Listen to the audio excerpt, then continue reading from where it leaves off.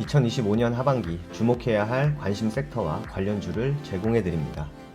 반갑습니다. 허브경제TV입니다. 네, 실리콘2입니다. 오늘 주가는 1.8% 한 번 더 반등이 나와줬죠.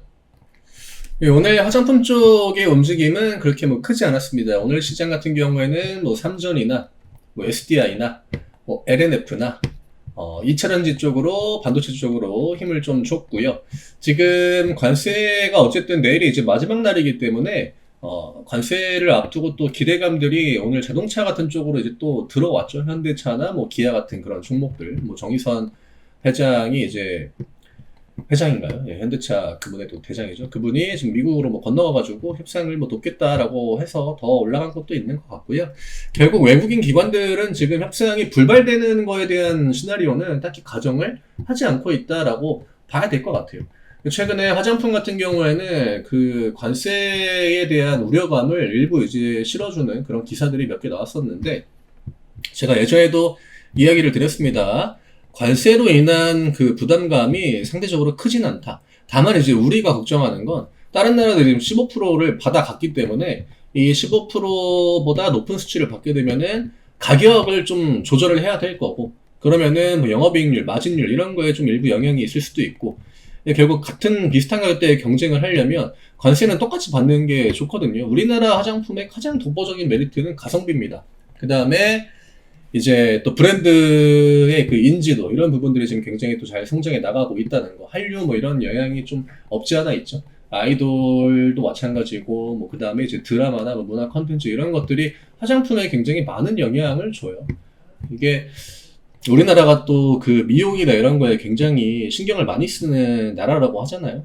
어쨌든 지금 화장품주들 같은 경우에는 실적을 기다리는 포지션이 그대로 유지가 되고 있고요. 실리콘2는 48,000원 이후에 이제 52,000원, 이 윗라인으로 올라와 줘야 됩니다. 그리고 가장 중요한 저항대는 어쨌든 간에 55,000원이고, 네, 여기를 돌파를 해 줘야 돼요. 그래야 우리가 원하는 전고점까지의 반등을 기대해 볼 수 있고, 만약에 내일 음봉이 나와가지고 다시 한번 48,000원을 이탈하는 패턴이 또 이어진다라고 하면, 이거는 우리가 가능성이 낮다라고 해도요, 계속적으로 그 시나리오에 대한 부분은 주가가 오를 때와 내릴 때 100%는 없거든요, 주식시장에. 이런 부분들은 늘 내 평단에 맞게, 내 비중에 맞게 세워 놓으셔야 됩니다.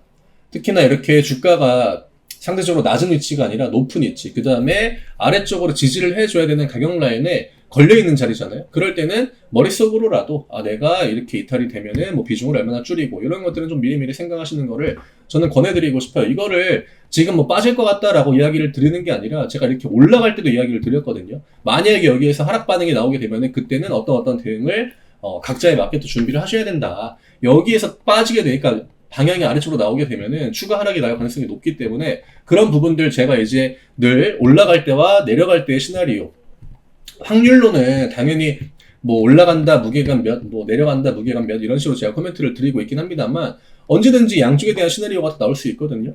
저는 이 부분은 모든 영상을 찍을 때 늘 동일하게 강조를 드립니다. 이러면 지금 오늘 APR이 주가를 위쪽으로 끌어올리지는 못했기 때문에 나름 나쁘지 않은 결과다라고 봐요.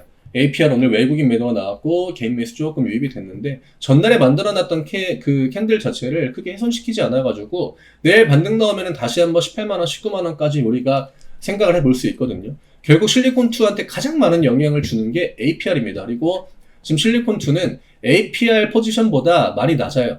APR은 지금 신고가 부근, 전고점 부근에서 주가를 잡아놓고 있는 거고, 실리콘2는 이미 위에 있는 가격대를 내주고 중단까지 내려와 있는 거거든요. 그래서 실리콘2한테 가장 우선적인 건 어쨌든 상단 영역으로 들어가야 됩니다. 제가 중대형주 영상 찍을 때 맨날 이제 중요하게 이야기를 드리지만, 결국 이렇게 위쪽에 기준이 되는 캔들이 있잖아요. 이 캔들의 하단부, 진짜 내가 51,800원 이런 데에 주가가 있는 것과 여기 이제 위로 올라오게 되면 52,000원대를 넘어오는 거잖아요. 그러니까 52,300원? 얼마 차이 안 나도요, 이 포지션의 차이가 굉장히 큽니다. 그래서 실리콘2 주주분들한테는 지금 막 그렇게 재미있는 구간은 아니에요. 순간적으로 우려감이 커졌다가 그래도 딱 반등이 나와줘야 되는 자리에서는 반등이 나왔기 때문에 약간 한숨 돌린 자리? 이렇게 볼 수 있겠지만, 중요한 건 이 구간을 넘어가지 못하면 똑같다라는 거예요. 주가가 49,000원에 있든 51,000원에 있든 달라지는 거는 없습니다. 오늘 수급 나쁘지 않았습니다. 연기금 투신 쪽에 일단 빨간불이 들어오긴 했는데 한 가지 아쉬운 거는 상업펀드랑 금투의 매수 비중이 너무 높아요. 이거는 그렇게 영양가가 있는 수급이다라고 보기 어렵습니다. 네, 상업펀드는 애초에 실리콘투를 주가를 끌어올리는데 별다른 관여도 하지 않았고요.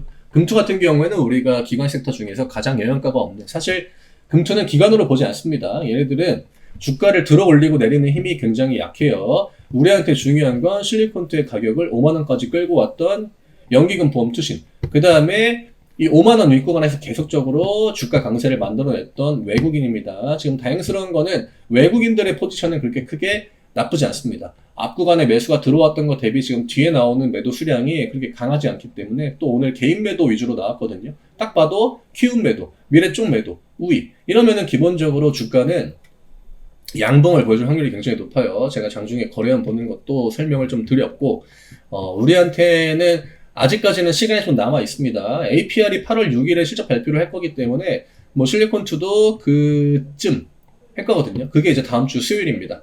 그래서 어쨌든 간에 APR이 먼저 실적 발표를 하게 되면은 결국 실리콘2는 APR의 방향을 따라서 한번 반응을 할 거고요. 그 다음에 이제 자기 실적을 가지고 거기에서 주가를 더 올려나갈 것인지, 혹은 다음 분기 하반기 성장에 대한 기대감을 올려갈 것인지, 아니면 다시 한번 좀 지루한 구간으로 들어갈 것인지, 이런 부분들을 결정할 확률이 높기 때문에 우리가 앞에 경험했던 1분기 실적 발표 패턴하고 크게 다르진 않을 것 같거든요. 보통 이렇게 실적을 레벨업 해가지고 주가를 들어 올리게 되면은 이번 분기의 실적이 진짜 어닝쇼크급으로만 나오지 않으면요, 웬만하면은 그 주 가격대는 지켜줍니다. 여기에서 횡보를 하냐 아니면 바로 올라가냐, 이 문제인 거고, 지금 주가는 2달 동안 좀 지루했거든요. 물론 한 달은 뭐 이렇게 고가 놀이를 하다가 내려온 거긴 합니다만, 이제 점점 더 실적에 대해 포커스가 맞춰가지고 주가 움직임이 나올 수 있기 때문에 이번 주보다는 다음 주 초반의 움직임이 조금 더 중요할 것 같긴 합니다. 가격 라인은 똑같이 보시면 될 것 같아요. 하단으로는 48,000원 똑같이 지켜줘야 되고요. 그 다음에 위쪽으로는 52,000원 넘어와야 우리가 의미 있는 반등이 나왔다라고 볼 수 있습니다. 오늘 이 정도로 정리를 해드리면 될 것 같고요. 저희 텔레그램 아직 안 들어오신 분들은 아래쪽에 남겨드린 링크 누르시고 입장하셔서 저희가 올려드리는 내용들 잘 참고하시고 활용하시면 지금 시장 대응하실 때 많은 도움 될 겁니다. 요즘에 이슈도 많고 실적도 많이 나오고 또 관세니 뭐니 막 이야기 뉴스 같은 건데 속보로 자주 나오죠. 저희 텔레그램만 들어오셔도 내가 일일이 찾아보지 않고 다 확인이 가능하니까 많이 들어오시면 좋을 것 같아요. 저는 내일 다시 또 인사드리도록 하겠습니다. 감사합니다.